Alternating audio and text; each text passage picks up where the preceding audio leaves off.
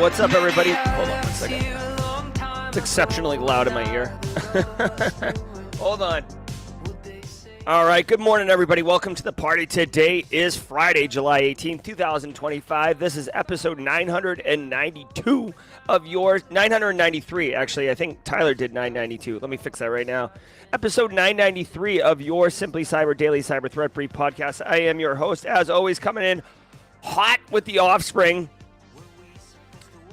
Dr. Gerald Dozier, and over the next hour, me, you, Marcus Kyler, Alpha Sierra, The Offspring, Nerman, Augusta, Code Brew, Dream Logic, Casually Joseph, and Haircut Fish. We are all, among the other Simply Cyber community members like yourself, going to be absolutely eviscerating, decimating, and shredding the top cybersecurity news stories like a bunch of bosses up in here, going through the top stories, ripping apart the headlines, going beyond them, giving you the surface level information that you need to understand what the story means, but then going beyond the headlines, tapping into the immense resources of the Simply Cyber community to go beyond and give you additional insights, things you will not learn in a textbook or in a classroom, things that you get from just time in the saddle. We're going to be giving as much of that as we can to you, and we do it every single day. That's the plan.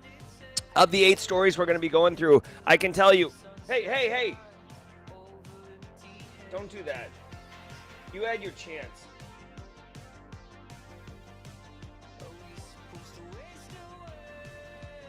Sorry for the interruption. I lost my train of thought, too, because my dog started dragging his butt, and we can't be having that when the show starts. You know what I'm saying? You're picking up what I'm putting down. Okay, so anyways, like always, I have not researched or prepped for any of these stories, so I don't know what we're going to be getting. I do know that there's one story that the headline did pique my interest. It has to do with hiding malware inside DNS. Ooh, doesn't that sound delicious and delightful? I think it's pretty cool. I'm kind of curious to see how it's done. But besides that, I have no idea what we're going to be doing. And that's okay, because that's part. Got time for that. That's okay, because we have a great show lined up, and I'm super pumped. I do want to say hi to everyone who's here. Lara Flores, Dennis Keefe, Eve's Bite, right? Yep, I got a dog. I got 2 dogs. Just, really, behind the screen here for a second. I get up early, feed the dogs, take them out. And usually they do their business, number 1 and number 2. And today there was rabbits in the yard. They're losing their mind. They couldn't focus. And I said, you better go, man, because I got a show to do and I can't get up and take you out on the show. And they're like, no, we want to watch the rabbits. So now they're dragging their butt, which is an indicator of only one thing. But, tough cookies, buddy. All right, so check it out. Before we get into it, let me holler at it. Let me holler at you about the stream sponsors. Those who enable me or enable Tyler Ramsby, if you caught his show yesterday. Guy's crushing it. Tyler Ramsby, whoever's doing the show, the sponsors enable us to bring it, right? I get up early, and it's because of the support from the sponsors. So shout out to them. Let's go ahead and rock through them. Guys, I want to say shout out to Anti-Siphon Training. You guys know him. Chuck Saps in the house. Shout out to Casually Joseph. Happy Friday, Team SC. Casually Joseph getting some a shout out and love directly in chat. Guys, Anti-Siphon Training is disrupting the traditional cybersecurity training establishment by offering high-quality, cutting-edge education to everyone regardless of financial position. You can, dude, check it out, July 31st.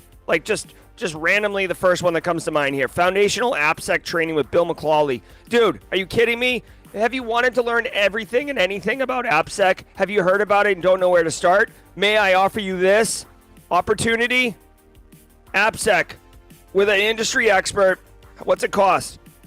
$25 to $150. Dude, $25. I know that could be a lot to some people, but you're investing in education that you can then get return on in your investment by being trained up and being marketable. All right, so go check out Anti-Siphon Training. Links in the description below. They always have. Here's the thing. I don't even want to pump one class, because what you really should do is just look at what their upcoming training is. They do it well. I really inspired. Simply Cyber Academy is inspired by Anti-Siphon Training for sure. I also want to say shout out and love to Barricade Cyber. You guys know Barricade Cyber. Eric Taylor, his whole team over there. Well, did you know that they are excellent at configuring, hardening Microsoft 365 environments?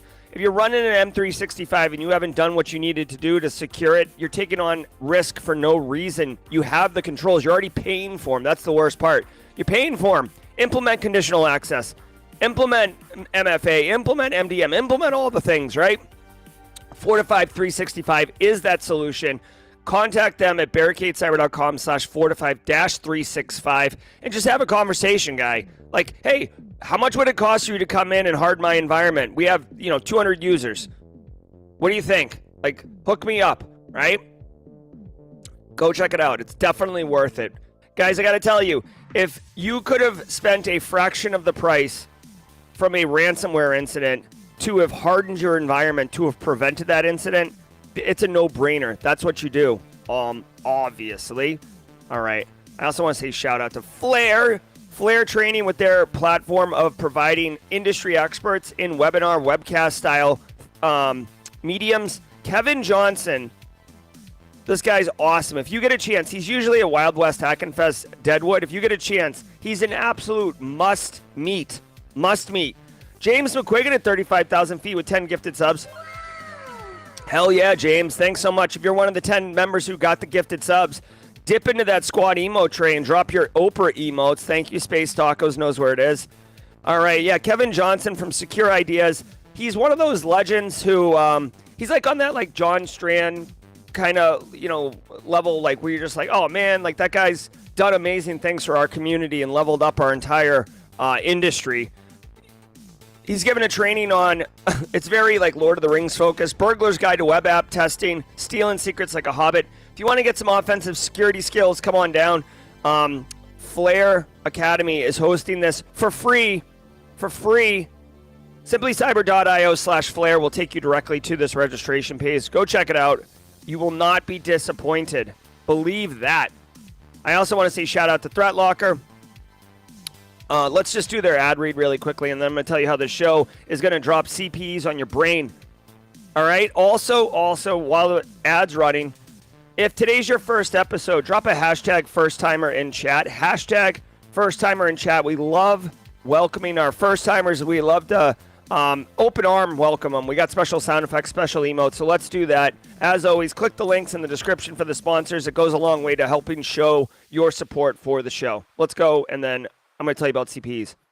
I want to give some love to the Daily Cyber Threat Brief sponsor, ThreatLocker. Do zero-day exploits and supply chain attacks keep you up at night? Well, worry no more. You can harden your security with ThreatLocker. Worldwide, companies like JetBlue trust ThreatLocker to secure their data and keep their business operations flying high. ThreatLocker takes a deny-by-default approach to cybersecurity and provides a full audit of every action allowed or blocked for risk management and compliance. Onboarding and operation is fully supported by their US-based Cyber Heroes support team. Get a free 30-day trial and learn more about how ThreatLocker can help prevent ransomware and ensure compliance. Visit threatlocker.com.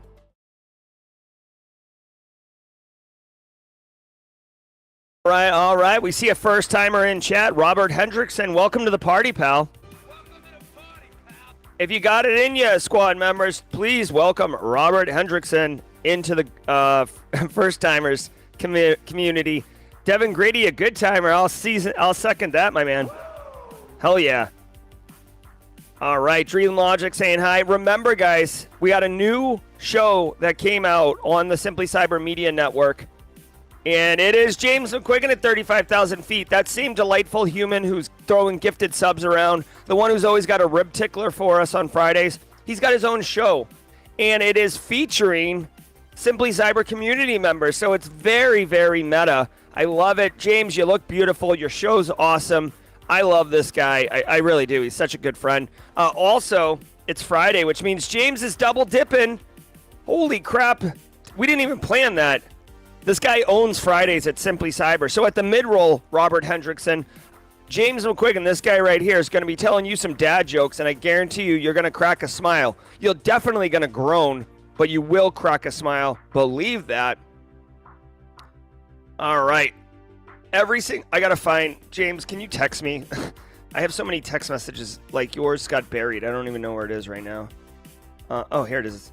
I got it. Guys, every single episode, Robert Hendrickson, every episode, including this one, is worth half a CPE. So say what's up in chat. Grab a screenshot. Wow. Grab a screenshot, not a screen shot. Wow, don't do that. Grab a screenshot. File it away once a year. Count the screenshots, divide by 2. You can get up to you can get up to 120 CPEs every single year just with Simply Cyber community. So check that out.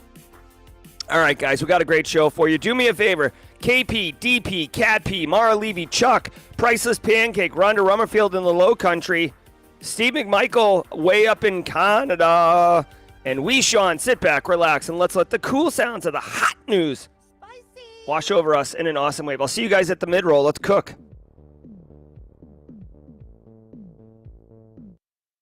From the CISO series, it's Cybersecurity Headlines. Oh, hold on. These are the cybersecurity headlines for Friday. I think I understand. July Let me know if the 18th, music's fine. I think I changed my mixing board around by accident. Not by accident. I'm Steve Prentice. Hold on one second. Hold on, I gotta do something right now. Yeah, I did. Hold on one second. When you're 800 miles away from your audio engineer, you take some liberties, okay? Okay, so I'm gonna. The audio might. Hold on, let me turn the music down. Here we go. Ready? Let me know, everybody. Mods. From the CISO series, it's Cybersecurity Headlines. There we go. I think that's right. These are the cybersecurity headlines for Friday, July 18th, 2025. Oh, man. Hold on. James O'Quigan just dropping bombs in this place. $20 super chat. Hold on, James. You get the sounder. Did we just become best friends? Yep. James says, I'm playing catch up as I join late. Thanks for the love, Jerry. Excited for today's episode of Simply Secured as you get to know Luke a little better today. It's Friday. Coffee cup cheers. First of all, coffee cup cheers, James and community. Second of all, Luke Canfield. I know Luke Canfield. Luke Canfield's a friend of mine. You guys, he's a delight. He's a delight. I had a really great opportunity to hang with him at Wild West Hackenfest Deadwood, which is why Wild West Hackenfest Deadwood is so cool. But yeah, no, this is delightful. I can't wait. I'm Steve Prentice. I'm Jerry Ozier. Chinese hackers use Cobalt Strike on Taiwan's semiconductor sector. According to a report published on Tuesday by Proofpoint, quote, organizations involved in the manufacturing, design, and testing of semiconductors, as well as equipment and services supply chain entities within this sector, and also as well as financial investment analysts specializing in the Taiwanese semiconductor market, end quote, were all targets of spear phishing campaigns undertaken by 3 Chinese state-sponsored threat actors. The activity is said to have taken place between March and June of 2025, and it is being attributed to 3 China-aligned clusters named UNK Fist Bump, UNK Drop Pitch, and UNK Sparky Carp. The spearphishing campaign involved emails appearing to come from graduate students appealing to recruitment and human resources personnel for job opportunities, and which delivered the payload of Cobalt Strike or the C-based custom backdoor Voldemort.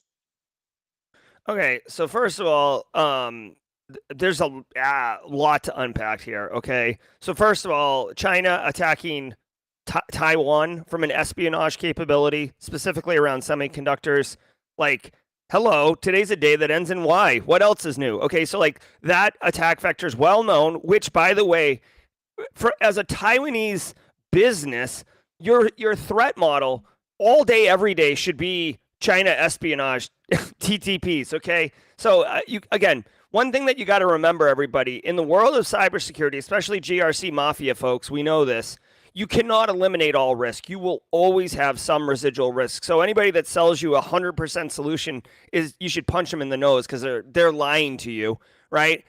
This is why any CISO, you haven't seen this since like the early 2000s, but any CISO that comes out and publicly says that their business is unhackable immediately gets hacked. It's because there's always residual risk, okay? So these Taiwanese businesses could be doing whatever. Second of all, Proofpoint naming these malware payloads really cool names. That's not cool, man. Like naming the threat actor Fist Bump, like that's kind of cool. Like I want to be like Flaming Donkey aspires for like a Fist Bump variant. Flaming Donkey, by the way, is a fictitious threat actor group that we created with the hopes of kind of seeding it in the open source world and eventually getting it into MITRE. So, you know, whatever. By giving them cool names, it's just, I don't know. I feel like you're like encouraging them, right? Second of all, or third of all, they're using Cobalt Strike. Cobalt Strike is a really, really well-known over-the-counter post-exploitation framework. Now, you might be asking, why on earth is this legal to sell? Like, it's a super easy, super clean, GUI-based, graphical user interface-based application that allows you to like take over assets, chain assets together, really visualize your compromised assets. It is a threat actor's, you know, nocturnal emission, right? It's amazing, right? So why would this be legal? Well, the reason is because there are professional businesses like Red Siege, Black Hills Information Security, and others, some I can't name, but that use it, right, to emulate the threat actors and make their job easier. Because at the end of the day, when a business, the more you know, when a business is paying for a pen test, they want as close to reality of a threat actor as possible, but they don't want the pen testers that they're hiring to spend weeks and weeks and weeks grinding to try to figure out the IP schema or to figure out the key players at the business and stuff like that. The business will give the pen testing company all that information in advance because it all comes down to straight cash, homie. Right? They know that a threat actor with enough time and enough energy is going to get all that information. The business wants to get hardened, and they don't want to pay. It comes to money. They don't want to pay a pen testing company to sit there for 3 months while they figure it out. It's just like, here's all the information. You get 5 days. Go, right? So giving Cobalt Strike to the pen testing company helps that. Now, it's super trivial for these threat actors to get versions of Cobalt Strike. You can get cracked versions, so illegal pirated versions of Cobalt Strike. Also, we have seen demonstrations in the early 2020s, 2022. Conti ransomware was like massive. Okay, Wizard Spider was also their name. They were massive. They were the #1 thug on the street. Conti ransomware, CONTI. Go look it up. And they actually had a licensed, supported version of Cobalt Strike. So all they did was stand up a fake shell company, go through the checklist to prove that they were a legit company, and then they got a copy of the license, fully supported. So it is possible. It's totally reasonable. In this particular instance, the attack vector, the kill chain, was spear phishing, right? And the spear phishing was compromised graduate student accounts. So I pretend I'm the hacker. I hack into graduate student email accounts, right? So they're not even the main target, but I take over, give me somebody, Jazzy Jazz. Let's say Jazzy Jazz is a researcher at university. I hack Jazzy Jazz using whatever means I want, and now I can log in and send emails as Jazzy Jazz at university.edu. And then I send an email to the semiconductor company saying, hey, I'm a senior grad student at university. And, if you check the email address, if you check all the things, if you were to look me up in the student registrar, it would all check out because it's legit. I have some information, some research, a job application, whatever. See attached, and boom, the attachment loads and exploits that person's machine. Now, of course, if you had decent EDR, endpoint detection and response, malware, anti-malware solutions, you would prevent that. But clearly, these either the malware payloads are developed enough to circumvent anti-malware solutions, or the business is not doing anti-malware, which would be totally stupid. Okay, so let's take a look here. You could see in the infographic, which is so hot, threat actor sends an email with a password protected archive. Password protected archive probably makes it so the email security gateway can't scan it and identify that it is malware. So that's one way a threat actor would circumvent email security gateway technologies. Then it gets delivered to the inbox of the person. Some of this is in Chinese, which I can't tell. It's an LNK file made to look like a PDF, which is so ridiculous. They run the LNK, and LNK is just a link file. If I'm not mistaken, it goes to like a URL. So essentially pulling down a payload. Because you can point to a resource on the internet. You don't have to point to a website. You can point to a .batch file or .exe or whatever. It runs a VBS script. This is interesting. I'm gonna need I need an adult here. This says _macOSX/store.vbs. I haven't seen Visual Basic script written to run on Mac. Now I'm probably mistaken, right? I don't know. You tell me. Can you run VB script on Mac? Is that a thing? It's in this graphic, so probably. But anyways, yep. And then it actually does load a decoy PDF, so the victim thinks that it's all legit, and in reality, the threat actor is loading Cobalt Strike. So anyways, there's many opportunities in this kill chain to interrupt it, as well as just getting to see a really unique, sophisticated attack vector. So if you're if you work in Taiwan, obviously you should be mindful of this. Really, this shouldn't be any news to you if you work in Taiwan. Like, this should be obvious because Taiwan's getting slammed all the regular on China espionage. And if you're a student studying information security, this is a perfect example of the cyber kill chain. This is a perfect example. So go check that out, Cyber Kill Chain. Becky Gaylord, we did not play it, but you know what? It is a Friday. This is a pretty elaborate infographic. Here we go.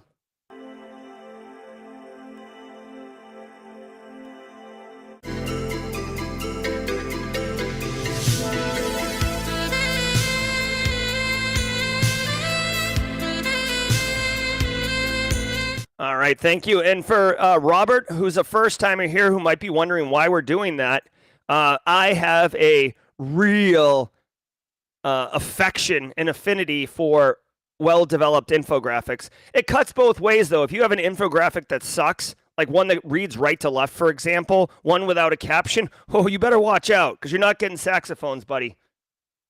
Salt Typhoon breached National Guard and stole network. I don't know. Hey, what episode is this? Hold on one second. What episode is this? Oh, it is 922. So Tyler Ramsby must have updated. Oh, hold on. He actually put his whole name in here. Hold on one second. I'm sorry. Episode 922. And let me get rid of Tyler Ramsby's guest host thing here. Let me get rid of that. Tyler. Black hoodie on. Hacking my chyrons. All right. Configurations. The Chinese state-sponsored hacking group, quote, breached and remained undetected in a U.S. Army National Guard network for 9 months in 2024, stealing network configuration files and administrator credentials, end quote. These, it was said, could be used to compromise other government networks.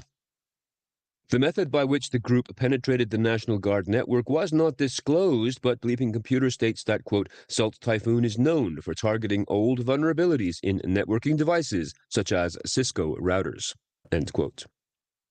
All right, we got a super chat from Hacker Valley Media. Hacker Valley Media, thank you so much. Let's go ahead and play the proper sounder. Did we just become best friends? Yep.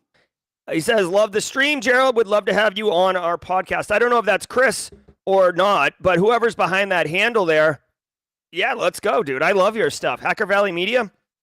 We were high-fiving at the SANS DMA Awards, where coincidentally this show won Podcast of the Year. We added the little gold banner there. So thank you for that. Yeah, just let me know how to get up with you. How do we how do we do this? Let's do it. DM me, man. DMs are open, right? Is that what the kids say? Gen Z? DMs are open? I don't even know. That might mean a connotation that like I want to hook up or something. I don't even, sometimes I say things and I don't even know what they mean. I just heard the kids say it. Congress to investigate Stuxnet to confirm. Hold on. Hacker Valley Media hacked my brain here. Okay, so National Guard Network, they got admin creds. Guys, listen, China's Salt Typhoon. Oh, Chris isn't part of Hacker Valley Media. Okay, well, I still like Hacker Valley Media, so just let me know. Listen.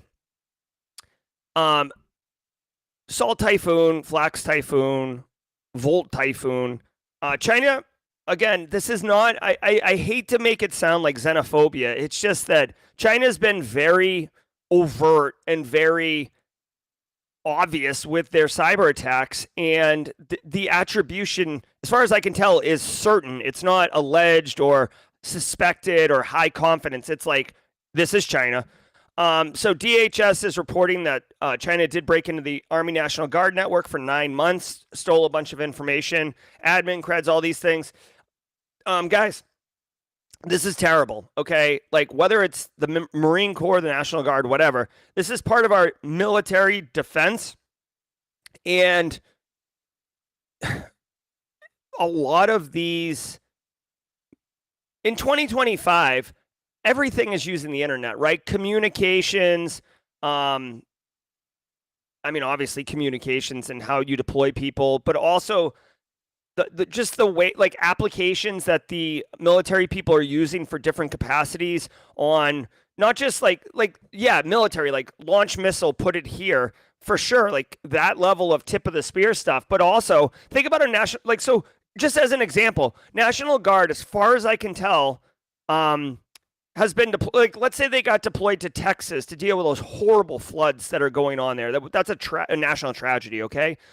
National Guard gets deployed there, and let's say they need 500 beds and 3,000 rations, or drop a load of supplies here. That's not a military thing, but that's still an application that needs to coordinate logistics. It's supply chain. When do you drop it? Where do you drop it? How do you get it there? What warehouse does it come from? That's all got to be controlled from some type of application or interface. And that's another system that could be dorked with. So I feel like a lot of people get wrapped around the axle when we talk about hacking military targets as like, ooh, like we're getting the orders on when they're going to attack. Like, ooh, attack at dawn. No, sure. But for anyone, and I've never been in the military officially, right? I've supported the Marine Corps and in the Navy, but I've never like been, wearing fatigues and screamed at boot camp. But I can tell you as a student of military history, the supply chain, the ability to keep the tip of the spear well stocked and ready to go, that is the critical, that's the critical workflow of any modern military. That's part of the reason why Russia's having a tough time with Ukraine, because he's got these long ass supply chains and Russia uses railroads and stuff to push their supplies. So when you disrupt supply chains, you cut off the ability. That's another reason why these like small groups of operators, like 4-man teams, 6-man teams, can drop and deploy into environments. You can't drop an entire military squadron because you can't feed them. You can't give them bullets and stuff like that. Where are they going to sleep? It's always been that. So basically what I'm saying is I could see that it being more interested in like, where is the supply chain and where are all these things? Of course, that would indicate that China was planning some type of military strike or something like that. Whatever. They hacked into stuff. They got in. They did these things. It's kind of gross. You would think a U.S. Department of Defense system would reach a level of security that would prevent this. I also want to let you know, you should see this story, and it should tip your hand a little bit on how effective FISMA is. Okay, FISMA, Federal Information Security Management Act, minimum security controls for an environment.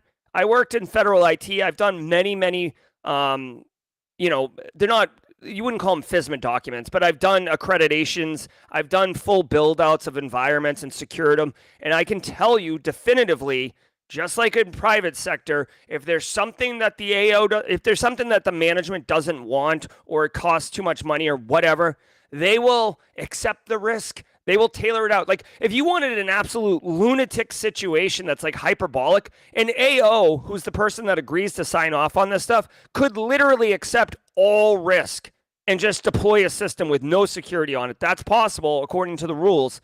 I mean, you would never do that. It's insane, but I'm just saying. All right, let's keep cooking. OT cyber threats. The House Homeland Security Subcommittee on Cybersecurity and Infrastructure Protection is planning to investigate whether Stuxnet, the malware that severely impacted Iran's nuclear program 15 years ago, could guide today's critical infrastructure policy debate. This is according to reporting from Cyberscoop. The hearing will happen next Tuesday, July 22nd. Amongst the witnesses listed for the hearing is Kim Zetter, cybersecurity journalist and author of the book Countdown to Zero Day, which provides an excellent narrative of the Stuxnet malware attack, which is estimated to have caused the damage and removal of more than 1,000 centrifuges, or approximately 10% of Iran's total enrichment capacity at the time. What?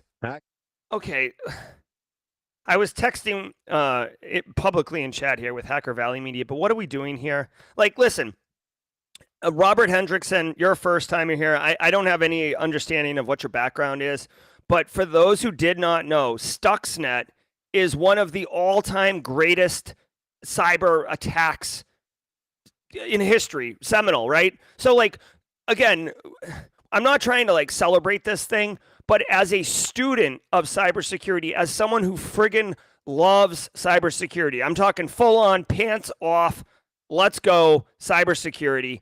Stuxnet is definitely something you should be well aware of, okay? Mirai Botnet, Stuxnet, SolarWinds, okay? Those are like three, of course, Morris Worm, like, if you want to go back and kind of like talk about the grandfather reasons, Cliff Stoll's Cuckoo's Egg, but for like modern cybersecurity, Stuxnet is definitely on the Mount Rushmore of attacks. Super sophisticated. I think it's come out officially, I don't know, but like for all intents and purposes, it's the United States and Israel. And they destroyed the Iranian nuclear program in like, I want to say it was like 2010, using like 70 days. It was air gap network, so they had to get a thumb drive in there. It was like a beautiful blend of like espionage and human social engineering and complicated OT, IT compromises. The dashboard was showing everything was fine to the engineers while the spinning things were destroying themselves. Oh, it was just so good. I mean, for Christ, dude, seriously, someone get the baby oil like this. It's too good. Okay, so but here's the thing. I don't know why the House Homeland Committee has decided to look at this 15-year-old cyber attack. So let's see. By the way, well, yeah, I don't want to talk about it. Yeah, it was 2010. Nailed it 15 years ago. All right. There's been multiple write-ups, multiple things on Stuxnet. Super good. All right. So what are we doing here? How does this help us? Yeah. Okay. So they're basically glazing Stuxnet in this story, which they should. It was epic. ZMF, calm down, Puff. So, I mean, this whole story is just like how much Stuxnet was awesome, which I think we all agree. What are we doing here? Whatever. I don't know what this story is about. Why is this a story?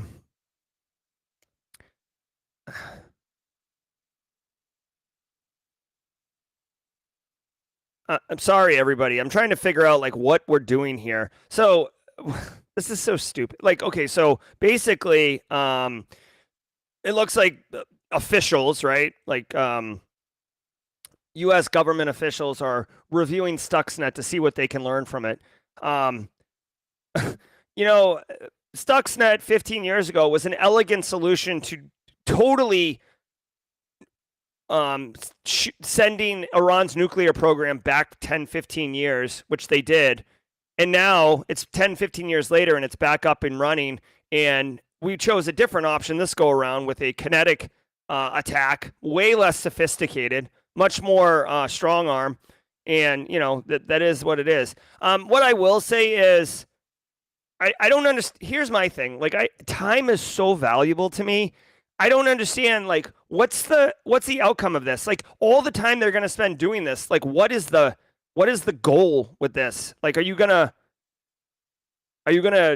trying to analyze what your environment could possibly be? Are you trying to develop new weapons that could take them out? And if it is, why would you do that publicly?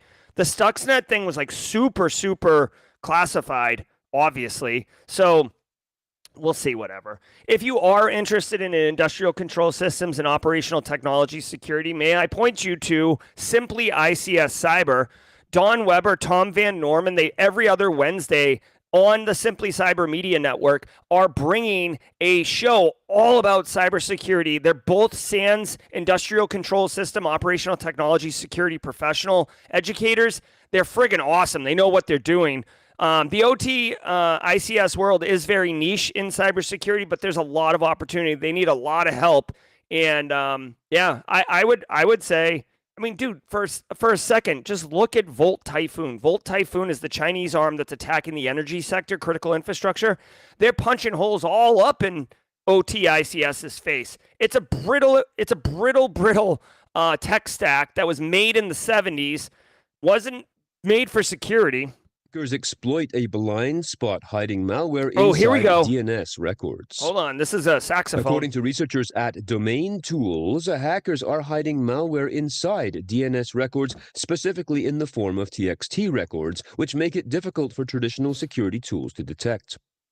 By encoding malware in hexadecimal and spreading it across hundreds of subdomains, attackers bypass email and web filters since DNS traffic is rarely monitored. Once inside a network, an attacker can use standard DNS queries to retrieve and reassemble the malicious code.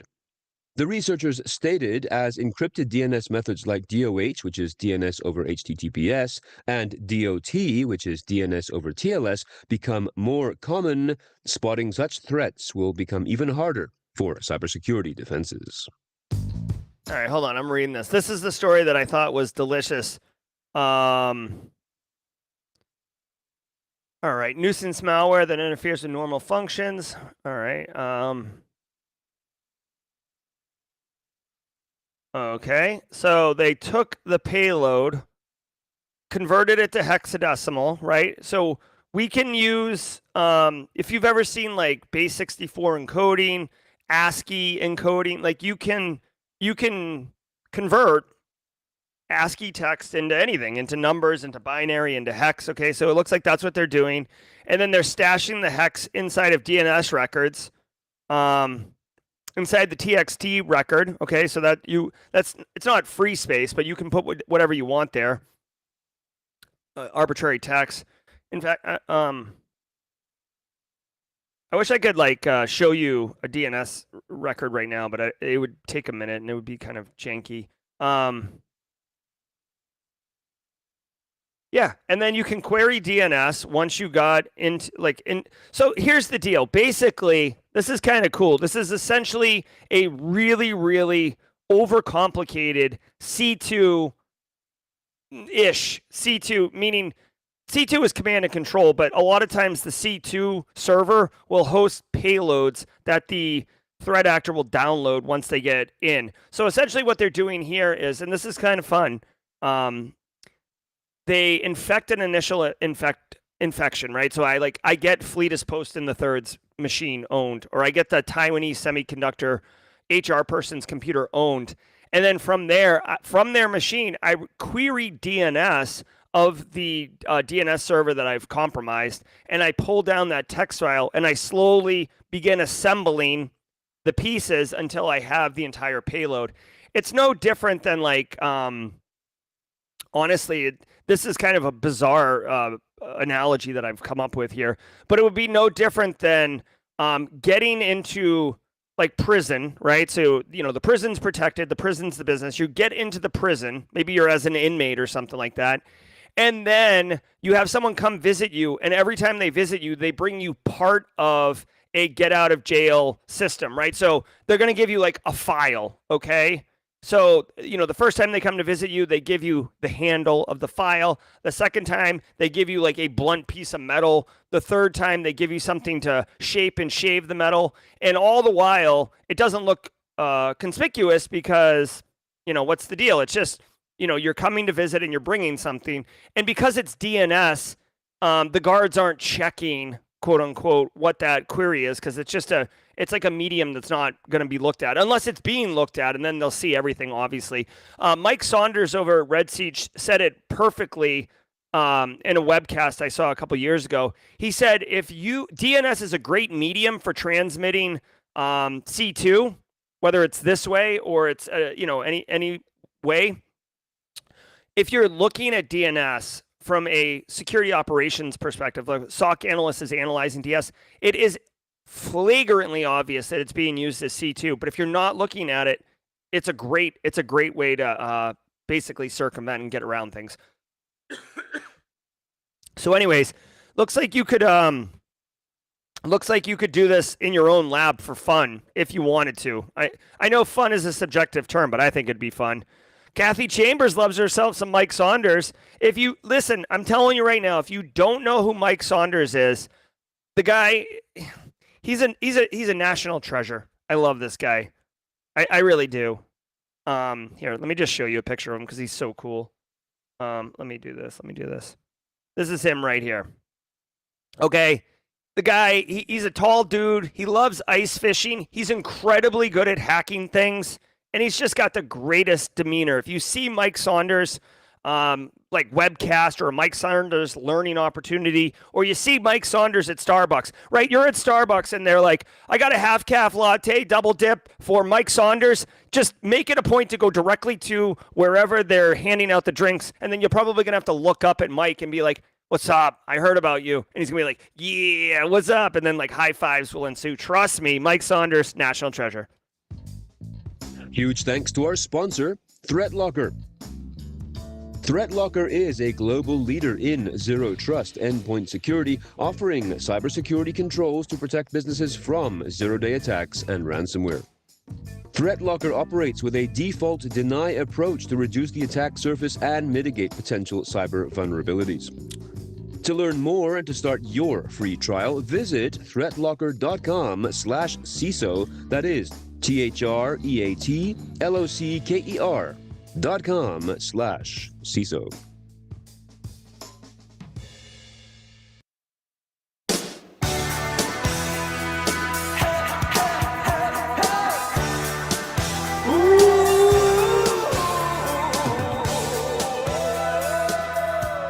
Alrighty, all right. Guys, we're having a great show today.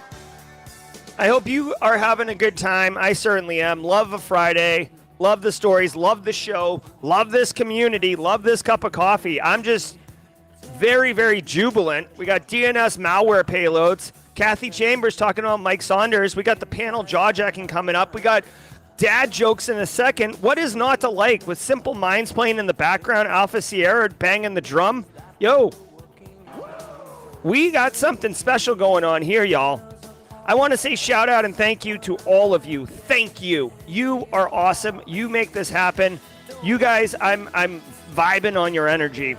I also want to say shout out and thanks to the stream sponsors, Barricade, Flare, Anti-Siphon, and ThreatLocker. All about good times. Every single day of the week has a special segment, and Fridays is reserved, and it has been for years, for James McQuiggan at 35,000 feet's dad jokes of the day. James McQuiggan, longtime community member, amazing dude. He brings jokes every day. Let's go. Ready? Seeing as we are in the throes of summer, here are some dad jokes for you. Why are elephants always ready to swim? You may not know that. Because they're big, right? You might not know this. Elephants are always ready to swim. They're wearing their trunks all the time. Oh my God. All right. All right. When does red mean go and green mean stop? Interesting question, kind of challenging your assumptions, subverting your expectations. When does red mean go and green mean stop? When you're eating a watermelon. Alrighty, there you go. When you're eating a watermelon. Oh, wait, hold on. That was a misfire. Sorry. Law enforcement misfire. What do you call a snowman in summer? Now, a lot of you might think of Olaf from Frozen, but I want you to know that the proper name for a snowman in summer is a puddle. A puddle. All right. Hey, thank you so very much, James McQuiggan, for those summer-themed rib ticklers here at Simply Cyber, Daily Cyber Threat Brief. All right, guys. Alpha Sierra is going to lead us off. Get ready to feel yourself as we get the la-la-la-las on. All about good times. Just let it wash over you. Trust me.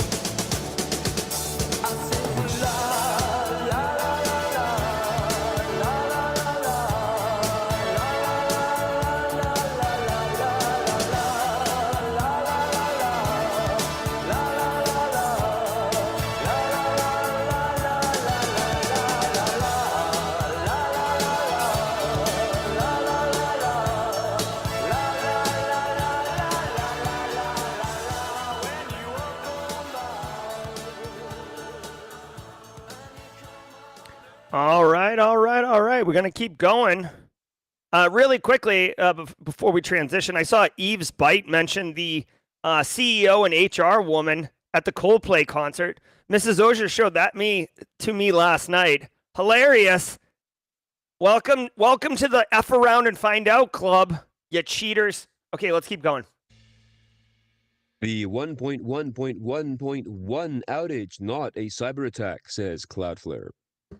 The recent 1.1.1.1 resolver service outage that occurred on July 14th was caused by an internal misconfigurations at Cloudflare in an announcement following a post-mortem of the incident. The outage, quote, impacted most users of the service all over the world, rendering internet services unavailable in many cases, end quote. The announcement from Cloudflare was made as a follow-up to the attack, as would be expected, but was also to refute rumors of the event having been a cyber attack or a BGP, that is Border Gateway Protocol, hijack. Instead, the company explained, quote, the outage was a configuration change for a future data localization suite performed on June 6th, which mistakenly linked to a non-production DLS service. Cisco. All right. All right, from the office of Oops. And Robert Hendricks, first timer, we have Reed Hurlburt, black badge holding Reed Hurlburt, did do the Carl emotes, if you will. Guys, you know what? I mean, accidents happen. You can plan as much as you want. Cloudflare's 111 DNS resolver, which, if you didn't know, you can configure your custom DNS resolvers for your endpoints and use Cloudflare's, right? So real quick, let me just tell you why you do this. So like when you get, AT&T or Verizon home network or something like that, and you plug in, you get the ISP's DNS resolver IP address. If you go into your, start run command ipconfig/all, you'll see your DNS resolvers. And that's fine, it works, but all the ISP is doing is resolving your www.google.com into an IP address. You could type in www.wickednastymalware, lookalike phishing malvertising website.com, and it will resolve it. So services like Cloudflare, Quad9s, Google DNS, they offer additional layers of security where, yes, they'll resolve your DNS queries, but they'll also protect you in some instances. So that's why you would want to use a custom DNS. They're free, by the way. I mean, they basically harvest what you're querying, but it's free. So that's what's up. This instance, dude, they made a change and accidentally forgot to point part of the code to all production systems, and they had it pointing to a non-prod system. Chances are they worked on it in dev. They were pointing to dev systems, and they forgot to fix all of them. This is grunt work, so I would have to assume a junior, maybe 1 to 3 years, 1 to 5 years, had made the mistake. However, I've been working in this industry for 20 years, and I make mistakes still. So we can't just like throw arrows at junior people and be like, oh, like you suck. Like senior people make mistakes too. They move fast, they break things. Even new technologies come out, like quantum computing. Like I'm by no means know half of anything about quantum computing. So like if we were to deploy quantum and I tried to secure it, I'm sure I would make mistakes. So that's what's up. Good thing I will say that you can borrow from this. Cloudflare had an outage. They corrected the outage. And then they did a lessons learned. A lot of immature businesses, not to mean that they're like doing keggers and having Quake LAN parties. When I say immature, I mean they're just not sophisticated in their overall security operations. Will not do lessons learned. They will just fix the problem and then keep on rolling, which means that you probably are going to experience it again. So if you are a little bit more mature in your overall information security program and you're looking to level it up even further, when you do have a serious outage, not every outage gets it, but when you do have one, do a lessons learned, find the problem, implement corrections in order to fix it. In this instance, probably some type of second eye verification that you're not that the code isn't pointing to a dev environment. You're off and running. Warns of another high severity vulnerability in ISE.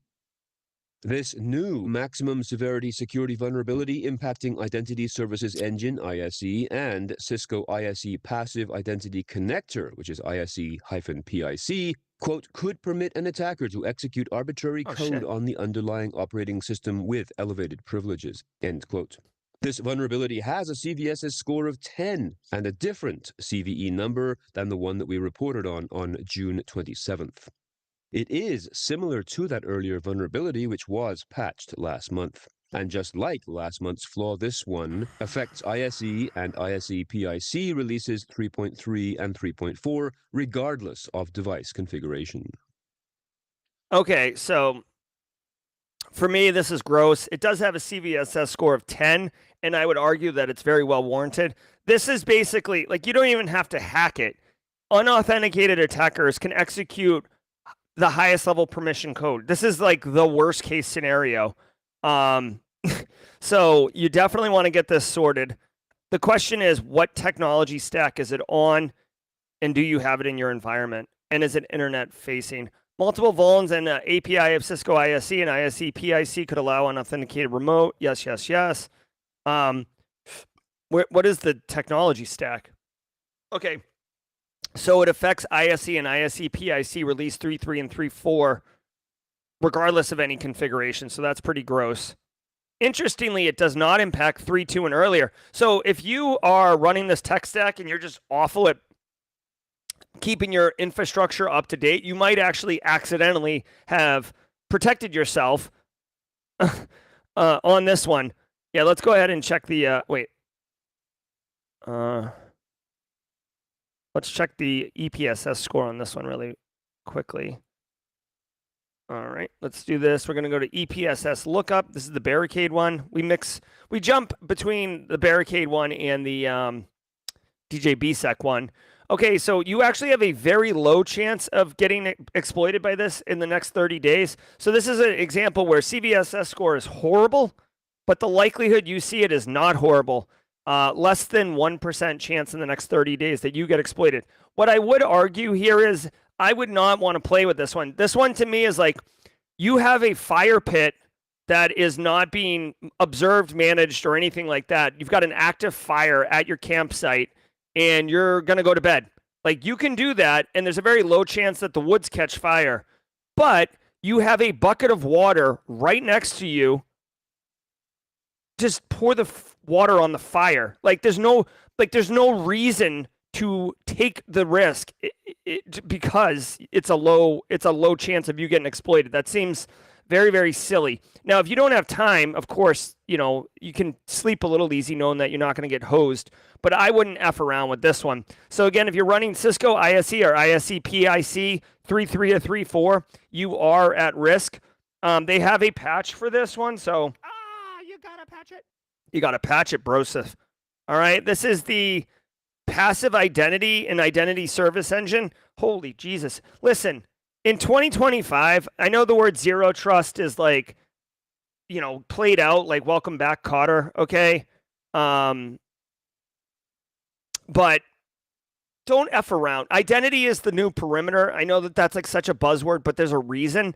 Zero trust architecture, it's all about protecting the identity. This is the tech stack that handles the identity at enterprise levels. So this is not something you want to screw around with, in my opinion. I would prioritize this if it were me in my environment. Fortunately, I'm not running this in my environment, so I don't have to get sweaty on it, but be careful of that. Thai officials restore hacked Ministry of Labor website. The website was restored after having been defaced by hackers from the DevMan group, DEVMAN, who claim to have stolen 300 gigabytes of data and are demanding a $15 million ransom. While the country's permanent secretary insisted that only the site's appearance was altered and no sensitive servers were accessed, DevMan claims to have spent over 43 days inside the ministry's systems, encrypting 2,000 laptops and several servers. Allegedly, the stolen data includes citizen records, information on foreign visitors, and classified documents. Arizona's... Okay. This isn't crazy to me. So, Ministry of Labor gets hacked in Thailand. Dude, the guy says he was in there 43 days and encrypted 2,000 laptops, dozens of servers. Guy, like, I'm stunned that this organization they didn't have the ability to control the attack. Like 43 days. Chances are he didn't like coordinate it all and then snap his fingers in one moment and all of these systems got encrypted. It sounds like he was doing it like as he was going. So when you're getting, I don't know, it's like seeing a burglar in your house and not locking them in whatever room they're in at that time and then handling it, right? It's like just like leaving all the doors unlocked and being like, almost like going behind the burglar, like they're in your room and they steal your jewelry and then they move into your living room and you like run into your bedroom and you're like, oh my God, look, all the jewelry stolen. Meanwhile, they're in the next room just stealing your big screen TV and crap like that. This is a Dragon Force variant, so be aware of that. He's demanding, or she is demanding, $15 million. Straight cash, homie. Holy crap. That's a lot of money. Well, I don't know where it is. TLDR, guys, it doesn't matter if you're a small business or a federal government entity. Threat actors are going to attack, and get as much as they can. Again, you would think that the more well-funded, larger organizations like a federal government would be able to protect from this, but spoiler alert, they can't. They did have backups, which is nice, to allow them to restore all functions, so they didn't have to pay the ransom. There you go. Hey, best practice, do tabletop exercises and make sure, not only make sure that you have backups that work, right? A lot of times you'll find out that your backups haven't been working for 6 months and you're like, that's not when you want to find out, is when you need them. So make sure your backups are working. Number 2, make sure that more than one person knows how to restore from backups. Not all the time, but it's not uncommon for like Butler NA to be the guy who knows how to restore from the backups. So then everybody's like, oh, like backups, Butler NA does that. Butler NA. And then the time you need the backups, Butler NA is on vacation, or Butler NA has like retired or won the lottery and moved to a beach island, right? Like, you got to make sure that more than one person has it. And what you do is during a tabletop exercise, you literally say, who here knows how to restore from backups? And then Butler NA raises their hand, and then you say, you're not allowed to speak for the next 15 minutes. You person who's standing next to Butler NA, tell me what you know about the backups. I don't know anything. Do you know where they are? No. Do you know what format they're in? No. Do you know anything about them? No. Well, we got a finding. So Butler NA, why don't you explain to this person how to do the backups and have them like get on a keyboard and actually try to go get the backups and see what's up. You got to educate your workforce. North Country Healthcare suffers cyber attack. Based in northern Arizona, North Country Healthcare is a non-profit, federally qualified health center that provides primary healthcare services through 14 locations. It is also now one of the most recent healthcare facilities to have suffered a cyber attack, this one from the Stormouse ransomware group, who claims to have stolen personal and health data belonging to 600,000 patients. Stormouse, spelt STORMOUS, is known as a pro-Russia ransomware group and has been active since early 2022. The group claims that the data of 100,000 patients will be listed for sale, and the data of 500,000 patients will be listed on the leak site for free. This according to the HIPAA journal. An update to the article in this journal, published on July 15th, says the files have now been published. All right, healthcare getting smacked in the face. I feel like we're almost getting desensitized to this. Being on the HIPAA bad boy list or bad girl list is no longer such a stigma. It's not good. Obviously, the patients are the ones who are going to suffer. I feel like we as a society have become more tolerant and resistant to caring about PII getting leaked. And now we still don't have a lot of tolerance for, like, if the healthcare system breaks, like what happened with Change Healthcare. That was a devastating impact when people had their appointments canceled, couldn't get access to their medicines. That was bad. Now it's like, oh, like your medical record gets leaked. It's like, yeah, that sucks, but just throw it on the tire fire there. So anyways, if you work in healthcare, you have more than enough case study to pull from in order to make compelling arguments on where you need to practice, where you need budget, all these things. My heart goes out to Northern Arizona healthcare people. I worked in healthcare. Dude, it doesn't matter if you work in healthcare, manufacturing, freaking gas, and electric. It doesn't matter. When you get hit with a real threat actor or attack and it really impacts you, it really sucks, okay? It doesn't matter if the impact is low. It still sucks. But you know what?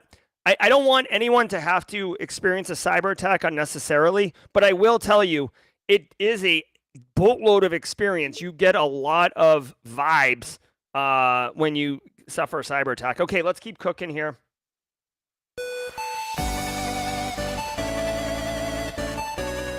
All right, everybody, holla, holla, holla. I want to say thank you all for being here today. What a great show. What a great community. Hacker Valley Media with the super chats. James McQuiggan at 35,000 feet with the gifted subs. Dream Logic with a super chat, guys, dropping bombs everywhere. Remember, we are going to be going directly into jaw jacking, which is a 30-minute AMA. We have a panel for you. I think we got some haircut fish, some Fleetus Poston. Kathy Chambers hinted at coming on at 9:30 a.m. This guy right here, James McQuiggan at 35,000 feet, is going to be blowing your mind with Luke Canfield, a Simply Cyber community member interview. Simply Secured. It is the most on-brand Simply Cyber core value podcast we have on the channel.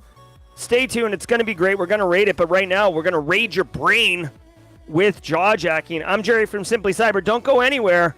I will literally take care of everything as your host. Let's go get Jerry Guy and get some jaw jacking cooking. Let's go. Ever wonder what it takes to break into cybersecurity? Join us every weekday for Jaw Jacking, where industry experts answer your burning questions about the cybersecurity field. Live, unfiltered, and totally free. Let's level up together. It's time for some jaw jacking.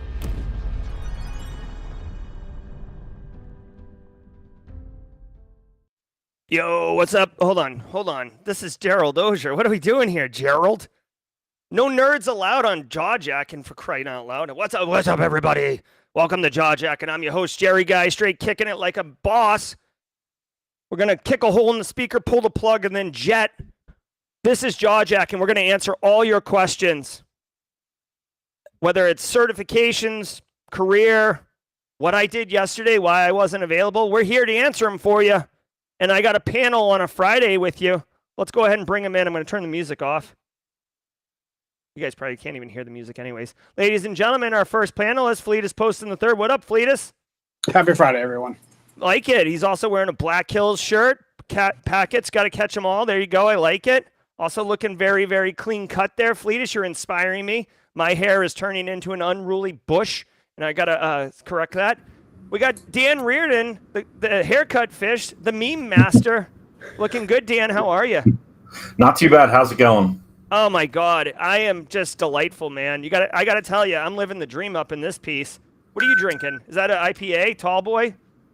Oh, Monster Energy. Okay, probably a better play. All right, we got. Listen, guys, she's bringing the heat, ladies and gentlemen. Kathy Chambers. Hey guys, good morning. Happy Friday. Happy Friday. Great to have you on the channel. Hi, And then Dan. finally, rounding out our panel today.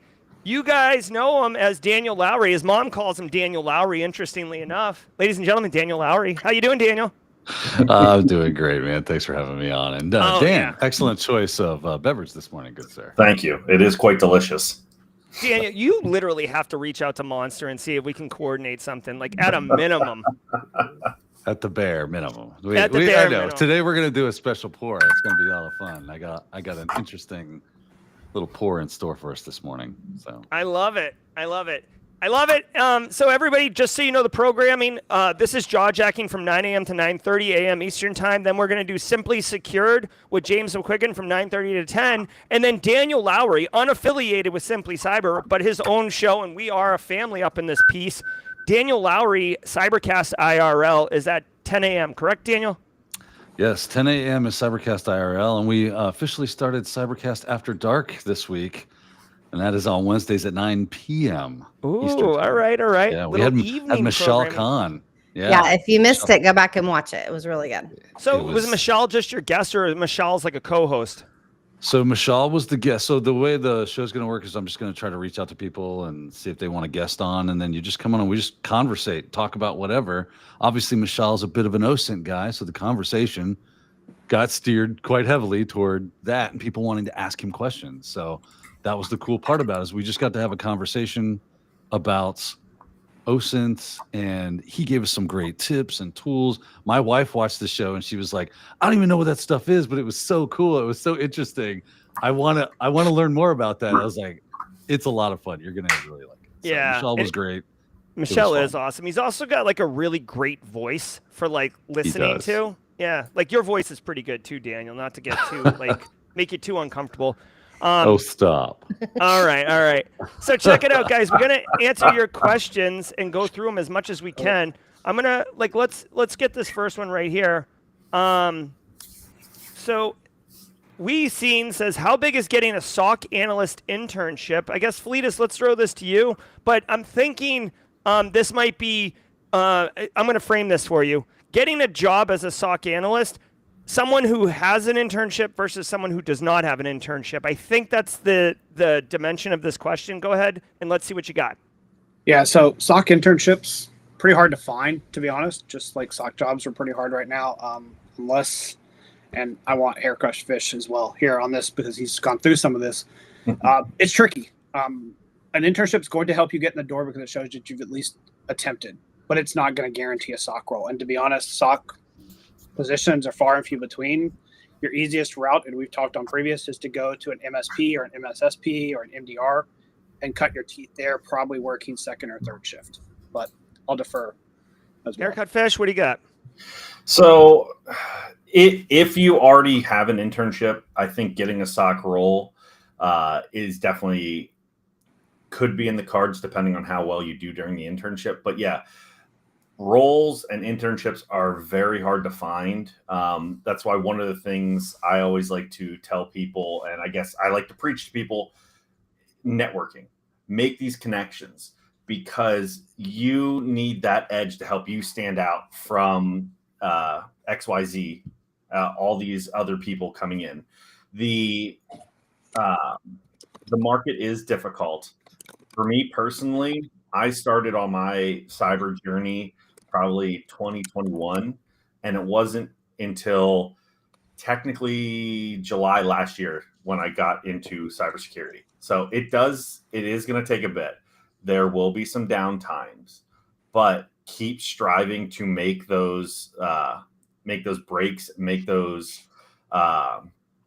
knowledge, make all you can and share it with everybody, make those connections so that when the jobs do come up, hey, I know this person, that they have done some really good work. They've made some good write-ups. They made some good YouTube video that explains very well.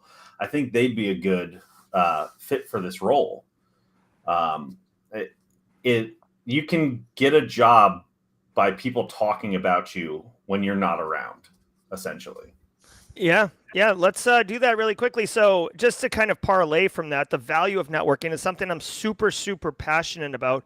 Daniel Lowry, I'm sure the wound is scabbed over and doesn't hurt anymore, but Daniel Lowry got laid off and had a job within before the phone hit the cradle, or I guess that's too old for you people. Whatever, before the Sigma hit the Aura or whatever, I don't know. Daniel, how was networking? How was your YouTube channel? How was what you've done? How did it play into your ability to transition jobs? It was absolutely key, right? Like that is, I attribute that to being the reason I was able to do that. I know people know me. It's easy when you have a large network, and not just.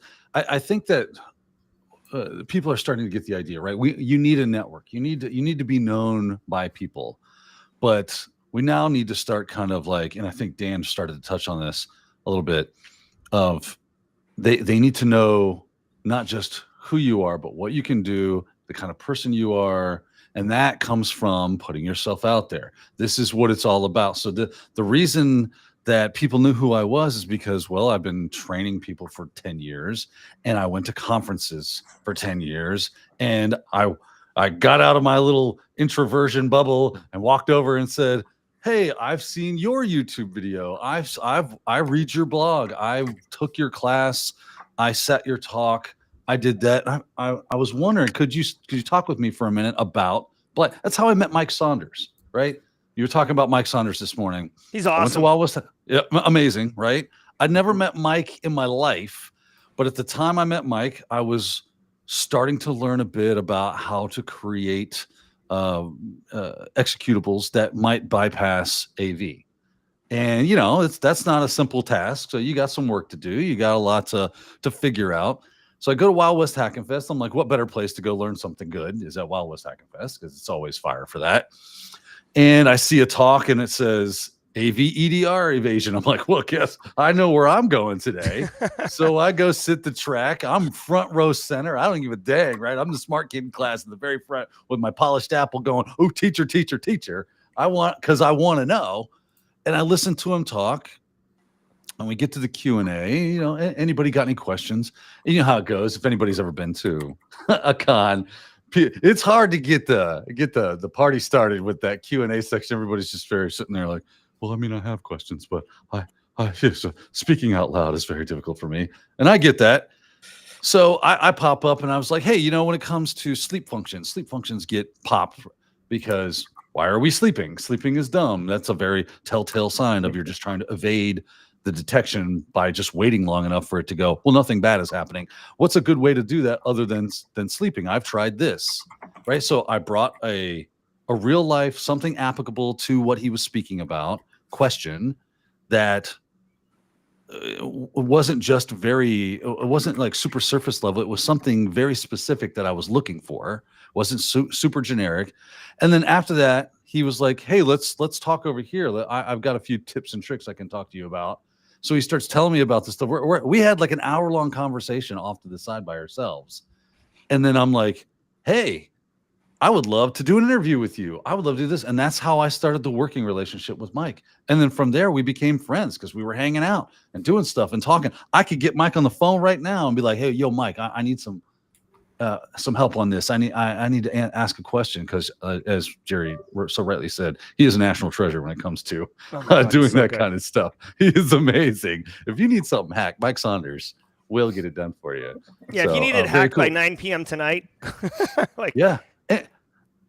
And guess what? He was one of the people that reached out when he found out that I had lost my job. He reached out to me and was like, hey, I heard what's going on. Because Kathy put a LinkedIn post that went crazy, which was funny and awesome all at the same time. Again, that's network right there. You didn't ask Kathy to do that, right? No. So that's another value of network. I mean, Kathy's awesome too. Don't let her know. But if you don't have that level of, like when you reach out to somebody, when you start a conversation with an organization or someone from an organization that or in the field, you need it to be of substance, not just, hey, what can you give me?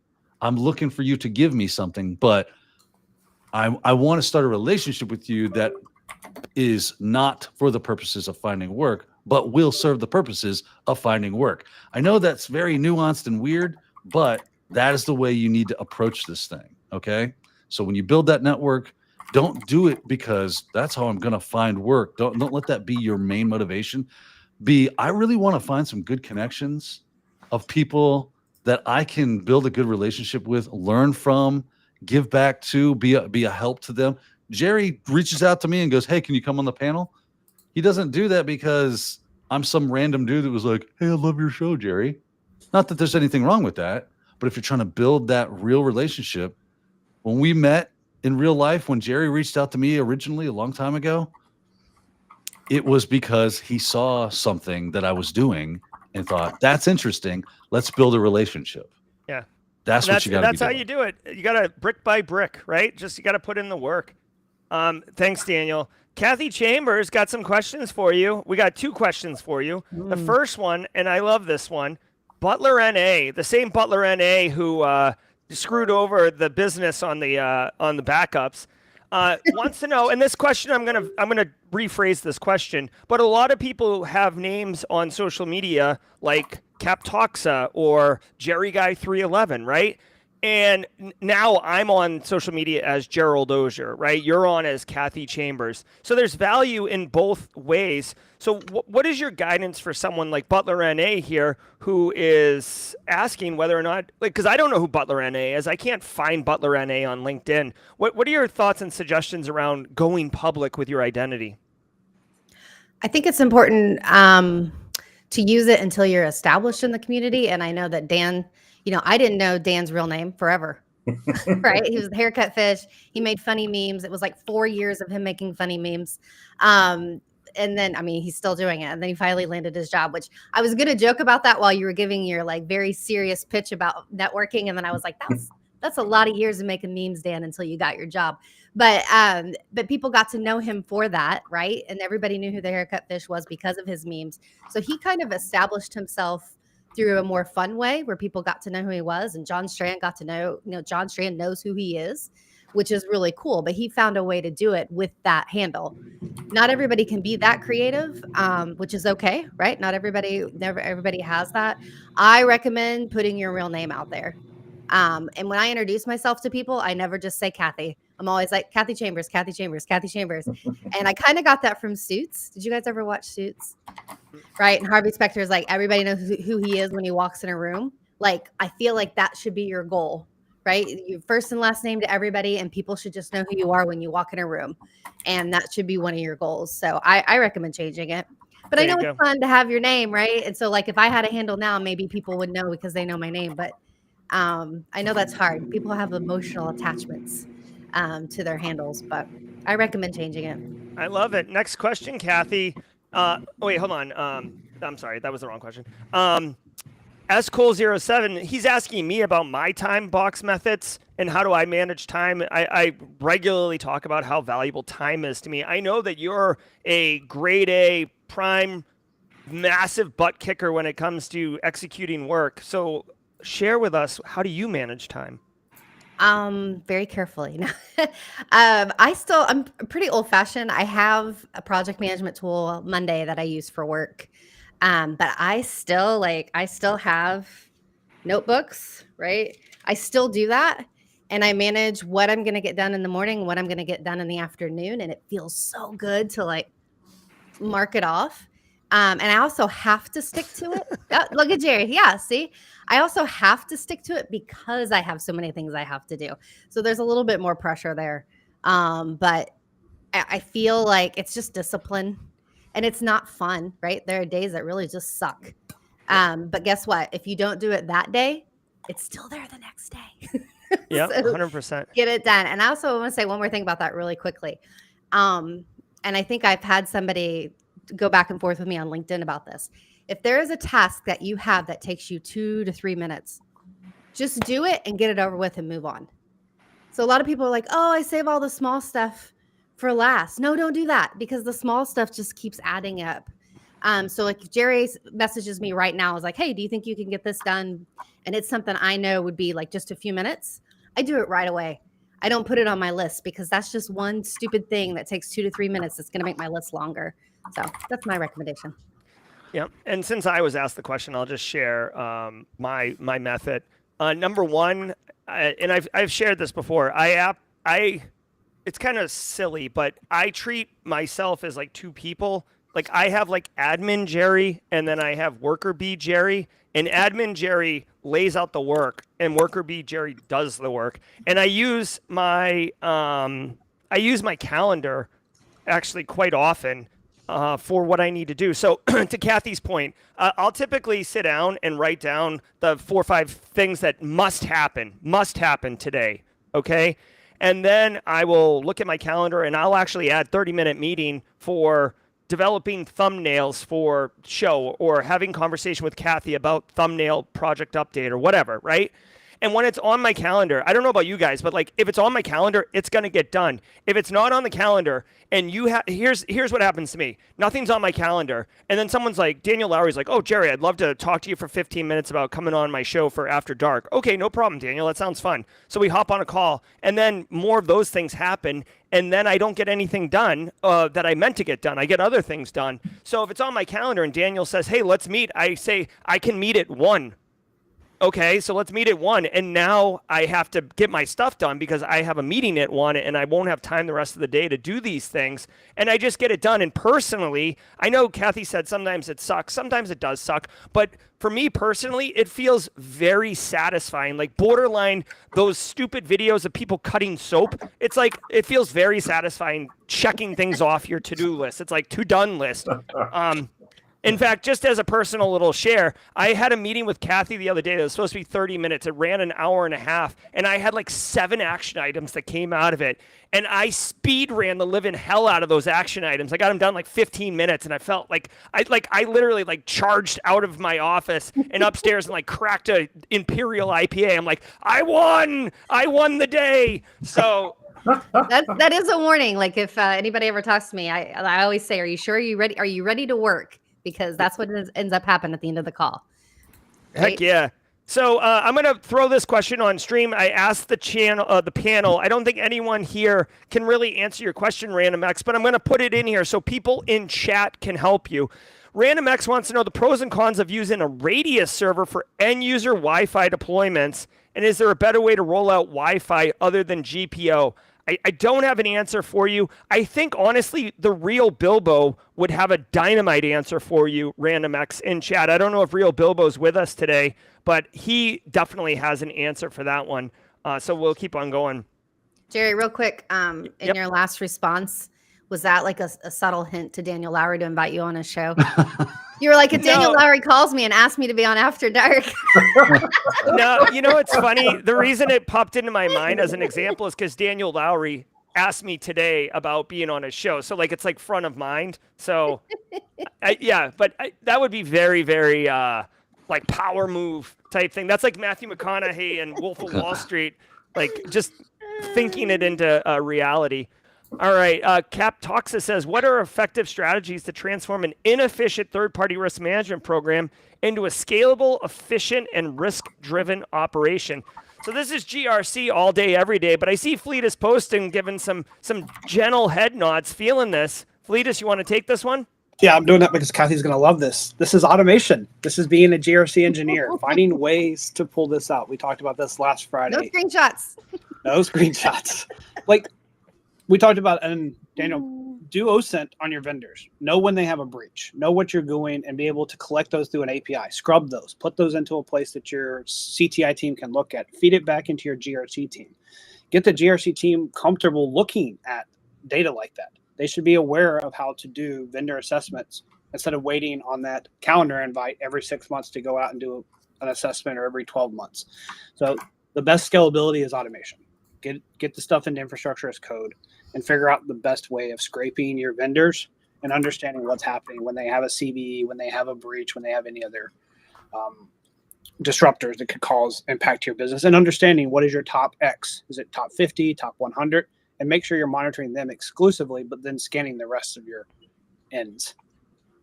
I love it. Thank you very much. This GRC engineering, I got to tell you, from like a personal development perspective, I've seen GRC engineering come up more and more.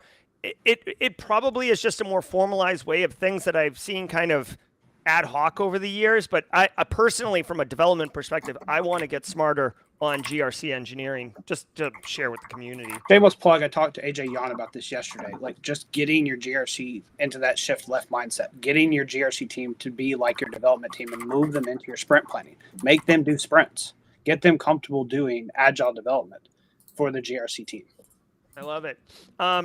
Just real quick, this is Jaw Jacking. If you're just joining us, panel of cyber experts. We're here to answer your questions and give you the answers you need. No stupid questions. I also want to say shout out to Steve Young. I see Steve Young in chat giving RandomX a very prescriptive answer to the Radius Wi-Fi deployment. So thank you, Steve Young. It takes a village, everybody. Moshe Levy has a question. Dan Reardon, who's like literally closing tickets as we speak. What kind of threat actor out there has a low-key big impact? And if you want to think about it, I can take this. Yeah. I was gonna say, honestly, I think the North Korea IT workers, because they subtly get into the organizations, and it isn't until somebody either, hey, something funky is going on over here. Like it takes a little nuance depending on how they get caught. They've gotten really good at hiding in and getting the work done. So for me, I think they're very low key, but they can cause a very big impact once they are discovered. Yeah.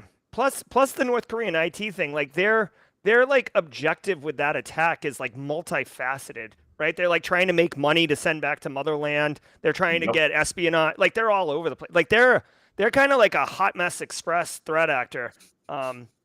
Also, Dan, while you're talking, Roswell UK wants to know what's in the box back there. So that is Pokemon cards. Okay, Pokemon for the win. So I went through them recently. I pulled out a whole bunch of really, really expensive ones and sent them to a company to sell them. And so that's what's left. And I'm going to go through them and pull out some other ones as well. But the kids love, and that's literally the smallest amount I have. I have 3 huge boxes filled to the brim with Pokemon cards in the other room. I love it. There you go. So dipping into the retirement plan, as it were. Yeah. We got a quick. Right. We got another panelist joining us. Looks like Eric Taylor just hopped in here. Let's see. Can we get one? Hey, Eric, how you doing? Yo, yo, yo. Very nice. We've got about 2 minutes left until Simply Secured with James McQuiggan at 35,000 feet. We're just answering questions here. I haven't read this one in advance. Should the 3 laws of robotics apply to agentic AI, or is that not a concern yet? Isaac Asimov's 3 laws of robotics, if I'm not mistaken, well, it wasn't robotics. It was 3 laws of AI, wasn't it? Like, don't harm humans, whatever. I don't know. I feel like the Will Smith movie, I, Robot, proved the critical flaw in that theory is that basically the robots could imprison all of us. And that the laws are: a robot may not injure a human being or through inaction allow a human being to come to harm. 2, a robot must obey the orders given it by human beings, except where such orders would conflict with the first law. And 3, a robot must protect its own existence as long as such protection does not conflict with the first or second law. Yeah. So exactly. But the whole iRobot movie, the premise was that they were going to imprison the human race so they couldn't hurt each other through like global war and stuff like that. And that does meet the rules. So I don't know. Well, I don't think you watch iRobot. That's not the premise of it at all. It's like one robot was going rogue and was being injected with different code than the rest of the hive. Right, it becomes sentient or whatever. Yeah, but that one became sentient.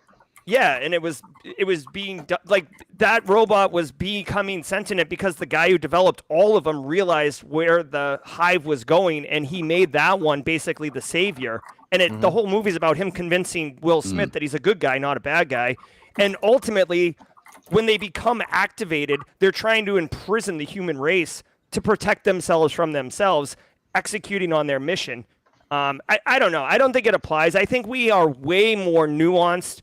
3 laws was a cute concept back in the 50s, but like now we've got way more going on. LLMs and training and friggin' X going bananas the other day. Like we've got problems. I don't know. I hope we don't go full sentient AI. Although I know everybody's kind of like hinting at that. I thought he was talking about RoboCop's prime directives. Oh yeah. Right. Uphold the law, protect the public trust, and I forget the third one.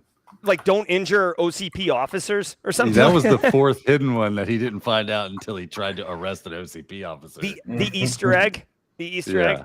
I know it's totally dark and not good, but I found that Ed 209 scene where he's like, drop the gun, the guy drops it. Like that was like such a memorable scene in RoboCop. Great movie, RoboCop. Everybody drink. Yeah. All right. Hey, we are at 9:30. Really quick, like 10 seconds each around the horn. Fleetus, what we got? As I said, you'll see a quick cyber moment with AJ Yan dropping on Tuesday. I'm still working through some stuff for Black Hills that I'm hoping to get out. So getting some articles put together. So thank you, Zach and Black Hills, for that. And got to capture all those packets. All right. I love it. Kathy, you got something? Yeah, look for a post on Monday. Daniel Lowry and Zach Hill are going to be having workshops, introductory workshops, intro to IT, intro to virtualization. So super excited to have these guys teaching.